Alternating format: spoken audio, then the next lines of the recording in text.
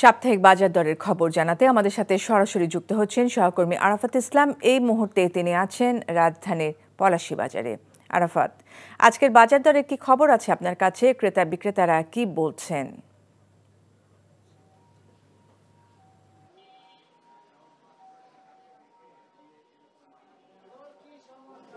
গত বেশ কয়েকদিন ধরে হঠাৎ অস্থির নিত্য পণ্যের বাজার। বেশ কিছু পণ্যের দাম যেমন বাড়ছে, আবার কিছু কিছু পণ্যের দাম বাড়তি থাকলেও স্থিতিশীল অবস্থায় রয়েছে। এবং আজকের বাজার দর হিসেবে আমরা দেখতে পেয়েছি গত সপ্তাহের তুলনায় ব্রয়লার মুরগির দাম কেজিতে 10 টাকা বেড়ে 180 টাকা কেজিতে বিক্রি হচ্ছে।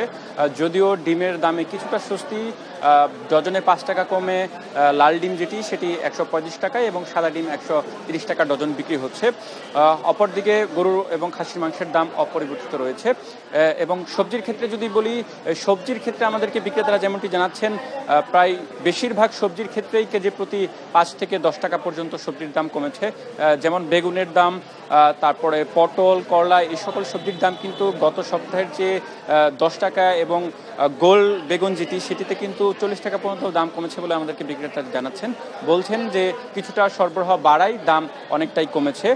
অপরদিকে যদি মাছের বাজারের কথা বলি, ইলিশ মাছের যে দাম ভরা মৌসুম থাকার পরেও কিন্তু ইলিশ মাছের দাম কমছে না। আমরা দেখতে পাচ্ছি গত বেশ কয়েকদিন ধরে ইলিশ মাছের দাম বাড়তি। 1 কেজি ইলিশ মাছ কিনতে গুনতে হচ্ছে প্রায় 2,500 টাকা।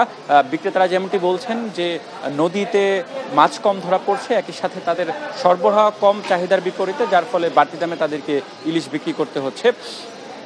এর পাশাপাশি যদি ক্রেতাদের কথা বলি, ক্রেতারা কিন্তু বারবারই বলছেন যে মাসখানেক আগেও বাজার পরিস্থিতি যেমনটা ছিল সেটি কিন্তু দিন দিন হাত ফসকে বেড়ে যাচ্ছে। এক্ষেত্রে সরকারের উদাসীনতাকে তারা দায়ী করছেন। সরকারের যে সকল মনিটরিং সেল রয়েছে তাদের আরও বাড়তি নজরদারির তারা কথা বলছেন, যাতে করে বাজারের যে লাগাম টানার যে ব্যাপারটি দামের ক্ষেত্রে সেটি যাতে সমন্বয় করা হয়।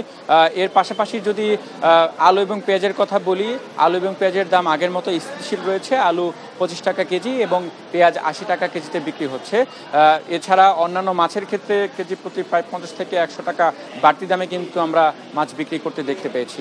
তো এখন পর্যন্ত এই ছিল আমার কাছে সাপ্তাহিক বাজার দরের সবশেষ আপডেট।